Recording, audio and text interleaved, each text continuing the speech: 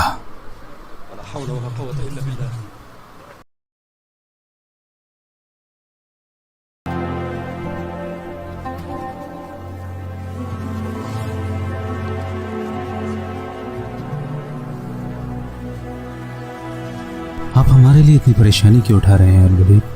पता नहीं, शायद हम रिश्तेदार हैं। और अबू अल-हकम तो हमारे भाई हैं। देखो उन्होंने हमारे साथ क्या किया।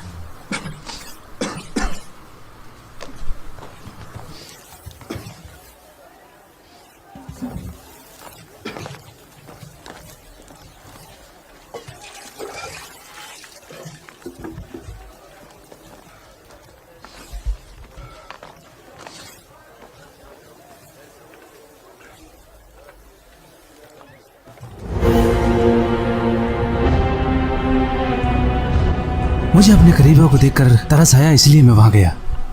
तरस या कुछ और? क्या मतलब है? तुम उनका ख्याल क्यों कर रहे हो जबकि उनका भाई अबू अल-हकम मौजूद है?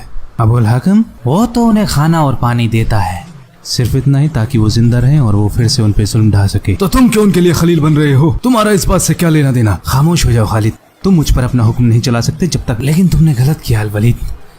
जानता हूँ तुम्हारी नीयत ठीक है, लेकिन वो लोग इस लायक नहीं कि उनसे हमदर्दी रखी जाए। इन लोगों ने हमारे दीन की मुखालिफत की है, लेकिन इसका ये मतलब तो नहीं कि वो हमारी कौम से ही खारिज कर दिया। लेकिन वो इस तरह से इसे नहीं देखते। अगर उनसे पूछोगे तो वो कहेंगे हम इस्लाम को मानते हैं, और वही जवाब देंगे जो मोहम्मद के सहाबा कहते हैं कि अल्लाह ने जाहिलियत को हटाकर इस्लाम का रिश्ता कायम किया है, और उन्होंने अपने बाप, भाई और कौम को छोड़ दिया क्योंकि वो उनके दीन को नहीं मानते।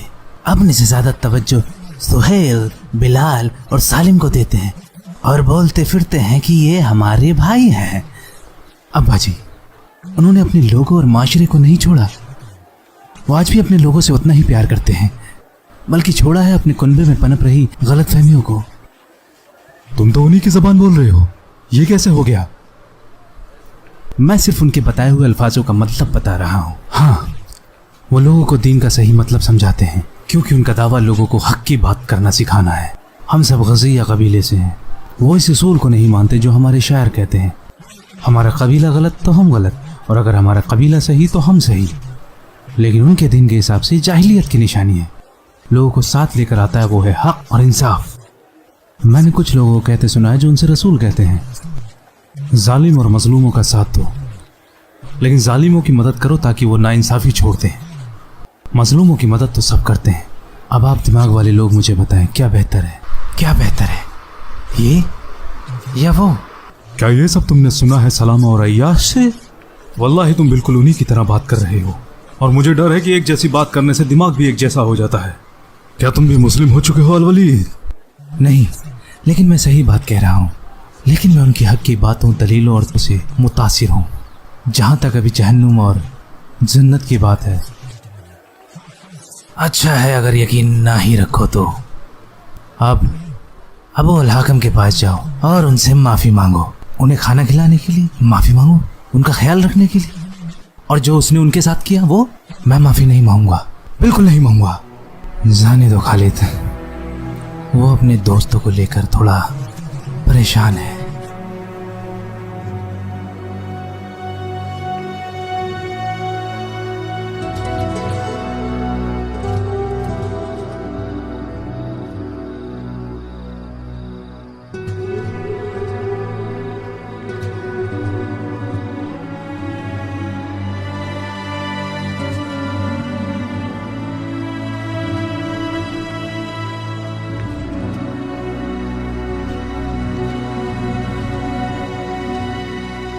अब्दुल्ला,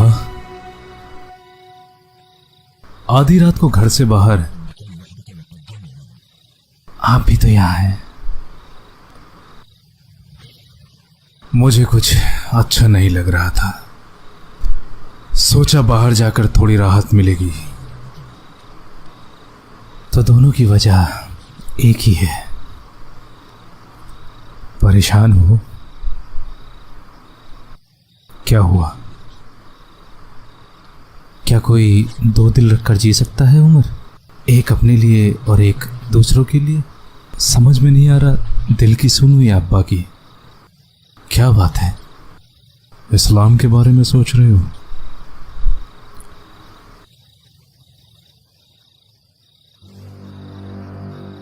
अगर अपने दिल की सुनोगे और इस्लाम अपनाओगे तो तुम्हें इसके अंजाम भुगतने होंगे।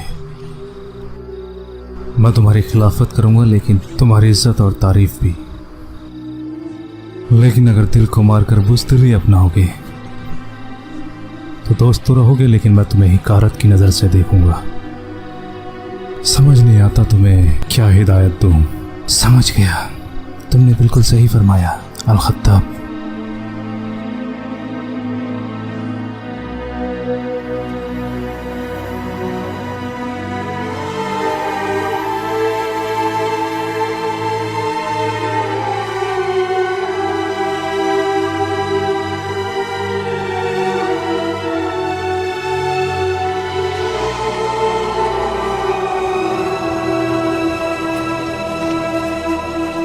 ऐसा मत करो अब्दुल्ला, मेरी बात तो समझो।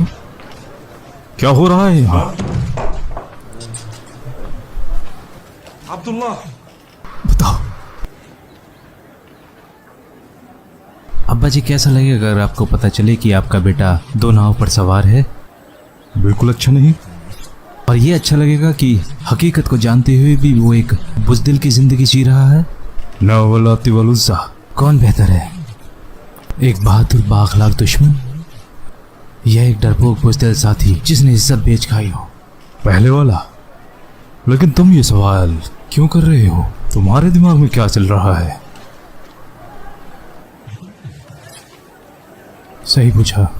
मैं आपको बताना चाहता हूँ अब्बा जी कि मैं मोहम्मद में यकीन रखता हूँ और अल्लाह तो लुत्सा में यकीन नहीं रखता। क्या कहा तुमने अब्दुल्ला?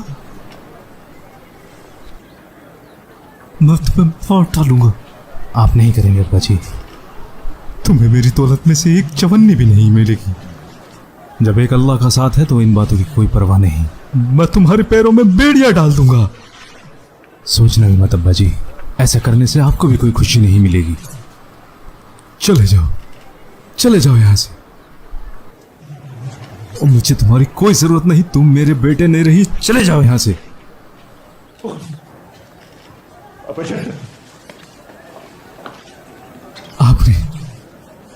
आपने उसे छोड़ा अब्बा जी, मैंने नहीं। वो मेरा भाई है। और तुम क्या उसने तुम्हें भी ये पाठ पढ़ा दिया? तुम कुछ बोलते क्यों नहीं? आपको क्या लगता है अब्बा जी, मैं क्या कोई बच्चा हूं जो मुझे कोई भी कुछ भी बोल जाएगा?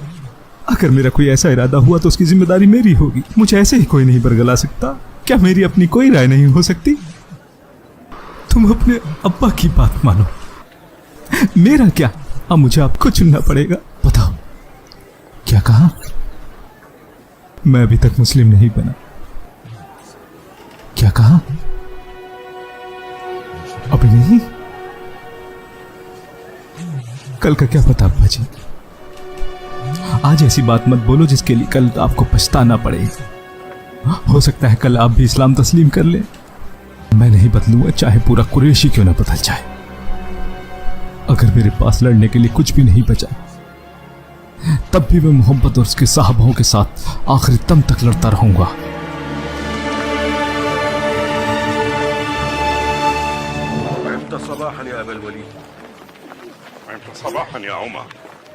किस बात की जल्दी है?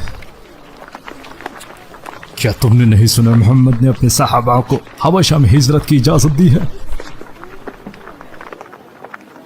क्या चाहिए उसे?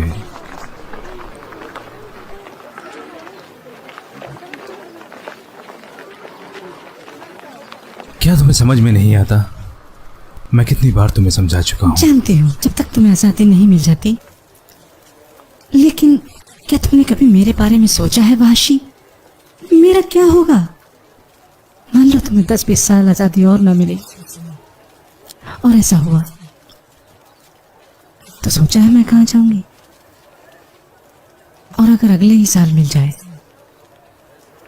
तब भी क्या? मेरा मालिक क्या मुझे तुम्हारे लिए आजाद कर देगा? तुम्हारी समझ में नहीं आएगा। जिसका खुद का कोई ठिकाना ना हो वो किसी और को क्या सहारा देगा? और तुम ये बात जानती हो। जहां तक मेरी बात है, मैं तुम्हारे साथ हर हाल में खुश हूं।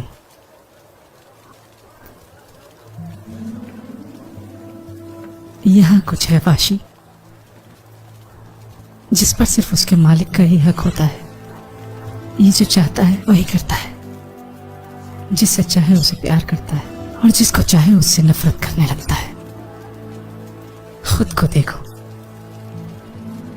क्या ये तुम्हारा दिल नहीं जो इस गुलामी से नफरत करता है? या इसकी इजाजत भी मालिक से ली?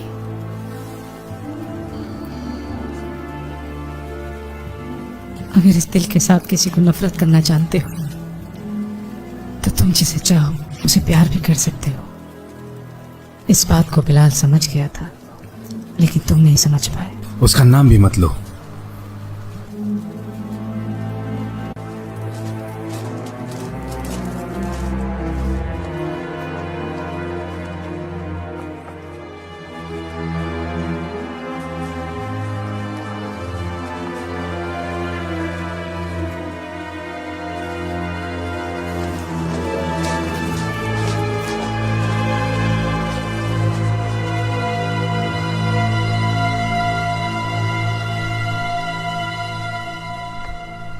जानते भी हो बाहर लोग क्या कह रहे हैं?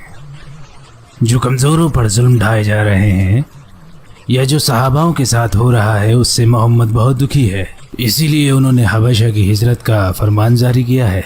लेकिन तुम क्यों जाना चाहते हो? तुम्हारा बाप तो कौम का सरदार है। क्या ये बुरा ना होगा अब्बा जी कि हमारे सहाबाओं पर जुल्म होते रहे और मैं खड़ा होकर तमाशा देखूं? क्या ये बुरा नहीं कि हमारे ख्याल जुदा है और हम साथ रहें? हम आपके पास जरूर हैं लेकिन आपके साथ नहीं। और क्या ये बुरा नहीं कि मेरे अब्बा जहन्नुम की तरफ जा रहे हैं और मैं उन्हें बचाने के लिए कुछ भी नहीं कर सकता? और ये मुझे गवारा नहीं कि मेरी हिफाजत के लिए आपको लोगों के आगे शर्मिंदा होना पड़े। शर्मिंदा तो मैं तब भी हूं जब तुम मेरे साथ हो, और तब भी रहूंगा जब तुम चले जाओगे। वो कैसे?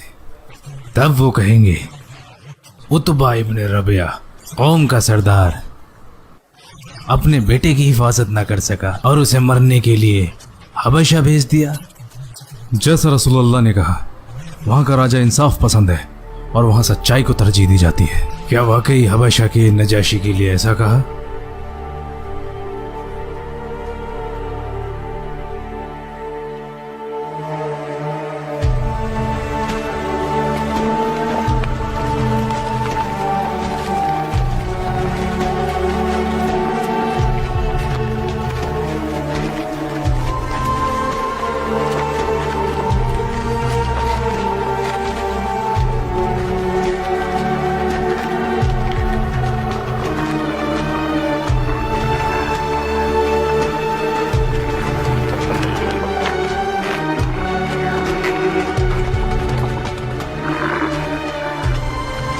मोहम्मद ने हमारे बच्चों को हमसे अलहदा कर दिया है। सही कहा। अब समझ में ये नहीं आता कि आधे दिल से हम रोएं या आधे दिल से हंसें। उसने हमारे दिलों को चीर डाला है।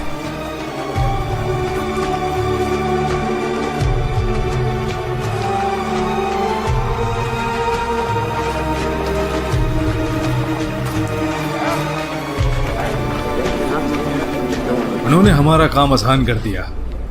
अच्छा हुआ वो खुद ही यहाँ से चले गए। अब हमें उनसे छुटकारा मिल गया। मैं तो चाहता हूं उनमें से एक भी हमारे बीच ना रहे। यहाँ से जाकर उन्होंने अच्छा ही काम किया, खुद को हमारे अजाब से बचा लिया। अब वो हम में से किसी को नहीं बरगलाएंगे। अगर मुझे कुछ सबसे ज्यादा बुरा लगता था तो उनका हमारे बीच में रहकर इबादत करना। जाने दो उन्हें हबशा। अल्लाह ती उन्हें इस बात का इल्म भी नहीं कि उन्होंने अपनी मौत का रास्ता खुद चुना है। तुम्हारा क्या मतलब है अबुल हकम? वहां के राजा का दीन मोहम्मद के दीन से जुदा है। उनकी मुकद्दस किताब, तौर तरीके बिल्कुल अलग हैं। ये तो हमारे अपने लोग हैं, फिर भी हम इनका दीन बर्दाश्त नहीं कर सकते। तो सोचो वो लोग कैसे करेंगे। तो एक बात बताओ अबुल हकम, तुम्हें खुशी होगी कि तुम्हारे लोग किसी गैर मुल्क में जाके मारे जाएं? अगर ऐसा होता है तो हम पर हमेशा हमेशा के लिए तहमत लग जाएगी। अगर लोग अपने मुल्क में अपने लोगों के हाथों मारे जाएं तो कोई शर्म की बात नहीं, लेकिन गैर मुल्क में कोई उनका कत्ल कर दे हमारे दीन से खारिज होने के बाद भी, बिल्कुल अच्छा हो या बुरा, उन्हें हमारे साथ रहना चाहिए।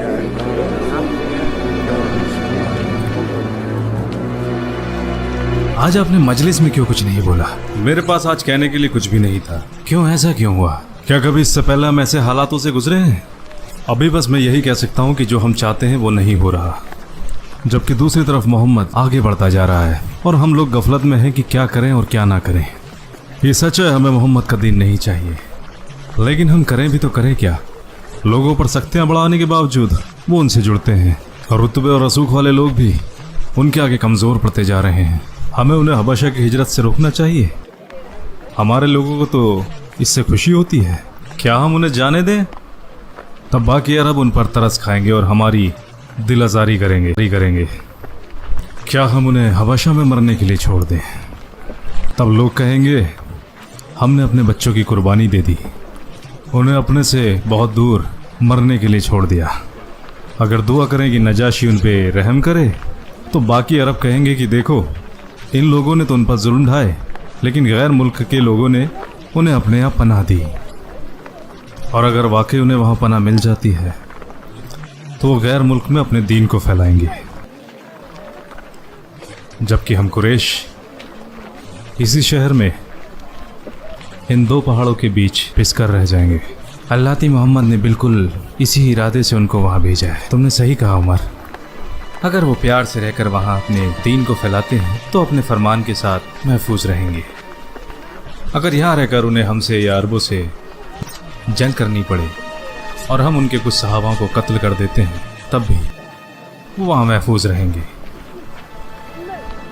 बिल्कुल वैसे ही जैसे एक सिपह सालार अपनी एक टुकड़ी को महफूज रखता है ताकि आमने सामने की जब लड़ाई हो तो बाद में उस महफूज टुकड़ी को बुलाकर दुश्मन के छक्के छुड़ा दे, ऐसे ही तो तुमने देखा मोहम्मद की सोच कितनी दूर तक जाती है और वो उसी हिसाब से सही फैसले भी लेता है, जबकि हम लोगों को अपने से आगे कुछ दिखाई नहीं देता, हमेशा गफलत में ही रहते हैं।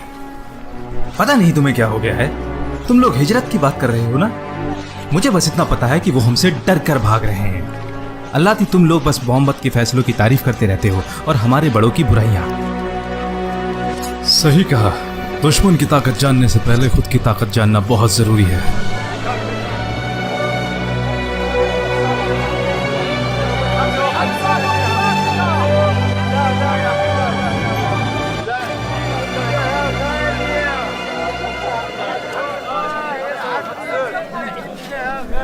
तुम तो बिल्कुल पहचानने में नहीं आ रहे हो बिलाल।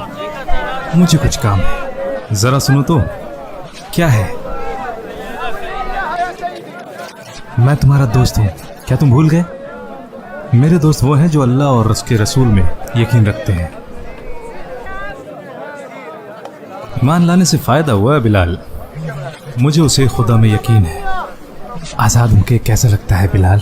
जिस इंसान के पास ईमान है वो ही इसकी कदर जानता है। मैंने ये नहीं पूछा, लेकिन मैं तो बता रहा हूँ, जिस दिन मैं मुसलमान बना मेरे जज्बात आज भी वैसे ही हैं। ये यहाँ से शुरू होता है वाशी और फिर पूरे जिस्म में फैल जाता है। ये वो है जिसे तुम खुद चुनते हो, तुम खुद इसके मुख्तार हो और कोई तुम्हें इसे नहीं दे सकता। तुम यहाँ क्या करने आए हो? तुम्हारे पास कोई काम धंधा तो है नहीं? मैं लोगों को दीन की दावत देता हूँ। तुम अरबों को अपने दीन की दावत देते हो? क्या इतना काफी नहीं कि तुम अभी महफूज हो और अब तो तुम आजाद भी हो? मैं उस खुदा का शुक्र कैसे अदा करूं जिसने मुझे इस दीन का रास्ता दिखाया। मैं अपनी उस खुशी में लोगों को शरीक करना चाहता हूं। बिलाल, क्या तुम भी हबशा जा रहे हो जो हमारे पुरखों की जमीन है? नहीं, मुझे मुहाजिर नहीं बनना। क्यों नहीं? जब अरब मुहाजिर बन सकते हैं तो तुम तो वहीं के हो। नहीं, मुझे नहीं लगता तुम कभी समझ पाओगे। मेरे लोग यहाँ हैं, यहाँ वाशी। इस्लाम ने मुझे उनमें जगह दी है। उनका दीन मेरा दीन, उनकी जुबान मेरी जुबान, उनकी खुशियाँ मेरी खुशियाँ, उनका गम मेरा गम। मैं यहाँ रहता हूँ और यहीं मर जाऊंगा। अगर हबशा वालों ने अपनी गंदी नजर हरम की इस मुकद्दस जमीन पर डाली, चाहे उसमें किसी कौम के लोग क्यों ना हो, मैं उनके गले चीर डालूंगा। तुमने बिल्कुल सही कहा, मैं कभी नहीं समझ पाऊंगा।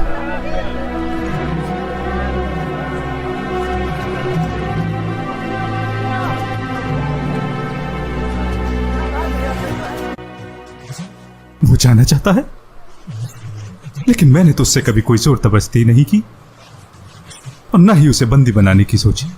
अच्छा होता मैं उसे नजर बंद कर देता। कम से कम वो जाने दो उसे। मुझे परवाह नहीं कि चाहे उसे जानवर खा जाए या कहीं डूब के मर जाए। अब्दुल्लाह,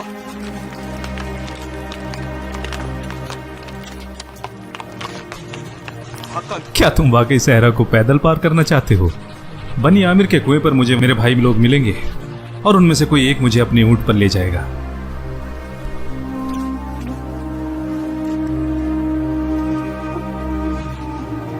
ये ले जाओ। नहीं, मुझे जरूरत नहीं है।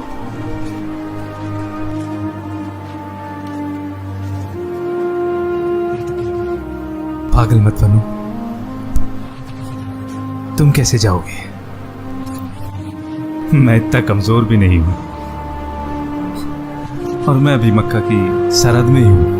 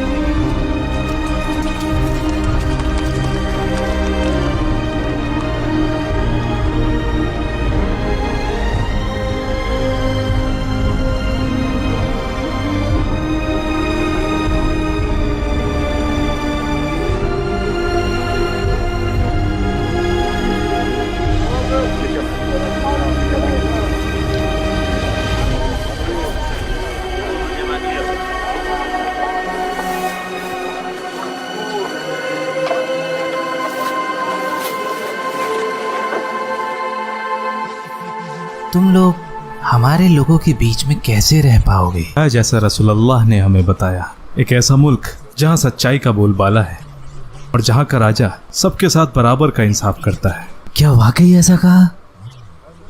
जी वल्लाह। मैं तुम्हें मायूस नहीं करूंगा। अगर तुम्हें किसी भी चीज की जरूरत हो तो मुझे जरूर बताना। मेरे दरवाजे तुम्हारे लिए हमेशा खुले हैं, चाहे एक हो या पूरा मजमा।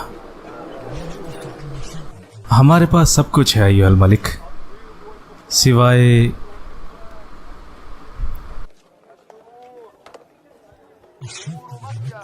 बस हमें मक्का की याद आती है अल मलिक। तुम पर वहां जुल्म ढाए गए तब भी? अपना घर हर किसी को प्यारा होता है अल मलिक। हमने बड़ी कोशिश की कि हमारे लोग हम में यकीन रखें, या कम से कम हमें अकेला छोड़ दें, ताकि हम अल्लाह के रसूल को एक फरमान देकर भेजा गया है। वल्लाही उन्हें इससे ज़्यादा प्यारा कुछ भी नहीं कि वो अल्लाह की हिदायत लोगों तक पहुंचा सकें, मगर हमारे अपने ही लोग आपकी खिलाफत करते हैं। खुदा के रसूल ऐसे ही होते हैं, उनके खुद के ही लोग उनकी खिलाफत करते हैं। अगर उनकी फतह होती है तो आखिर में सब ठीक है, और अगर लोग उन पे फतेह पालें तो ये कौम के लिए अजीम नुकसान होता है। बड़ी खूबसूरती से समझाया अल मलिक। काश मैं यहाँ रहकर तुम्हारे लिए कुछ, जिससे कि तुम्हें थोड़ी बहुत आसानी मिल जाती और तुम्हें घर की याद ना आती, लेकिन सब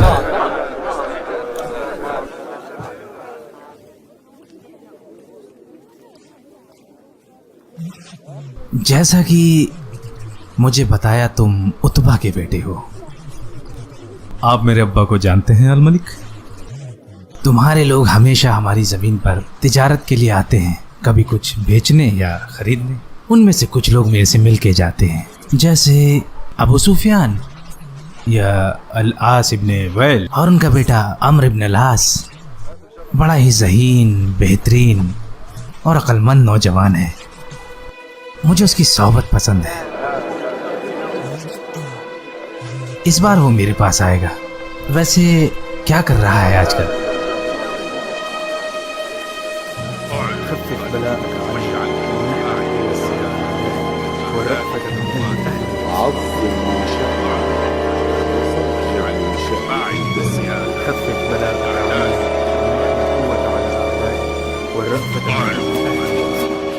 अब बताओ अबू अल हकम, और तुम अबू अल अली, और तुम अबू अब्द शम्स, और तुम बताओ कुरैश के लोगों, हबशा की हिजरत को लेके तुम सारे गलत हो गए। मैंने तुम्हें बिल्कुल सही सलाह दी थी। अब बस रहने भी दो अबू अल वलीद। हमें क्या मालूम था कि हबशा का राजा उनका ऐसा इस्तकबाल करेगा। हमें तो लगा कि वो लोग वापस आते ही होंगे, क्योंकि उन्हें वहां पूछने वाला कोई नहीं।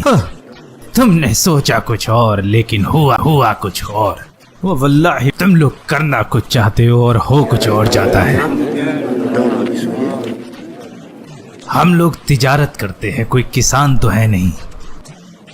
जब भी हम में से कोई मुसलमान बनता है, तुम लोग उसे चीजें बेचने से मना कर देते हो, ये कहकर वो वल्लाही या तो वापस आ जा या भूखा मर। मगर अब चीजें हमारे इख्तियार से बाहर होती जा रही हैं। सोचो क्या होगा अगर मक्का से एक बड़ा तबका यहाँ बाहर चला जाए, जो हमारी चीजें खरीद फरोख्त करता था। अजीब वक्त आ गया है। पहले हम लोगों की जिंदगी मुश्किल कर दिया करते थे उन्हें चीजें ना बेचकर, मगर अब वो हमारी चीजें ना खरीद कर हमारी जिंदगी को मुश्किल बना रहे हैं। और तलब हो कि कारोबार का बड़ा हिस्सा हम हबशा के साथ करते हैं। मुझे डर है कि अगर वहाँ का राजा उनका साथ देता है तो वो लोग हबशा के साथ हमें कारोबार नहीं करने देंगे। ऐसी सूरत हाल में हमारा कारोबार सोचो कहाँ जाएगा। हमें एक दूसरे पर इल्जाम से बचना होगा, कोई तो रास्ता होगा। अगर मेरी मानो तो मोहम्मद के मानने वालों पर अजाब ना करो, ताकि जब कभी भी हम तिजारत के लिए हबशा जाएं, हम में से कुछ लोग उन मुहाजिरों को समझा सकें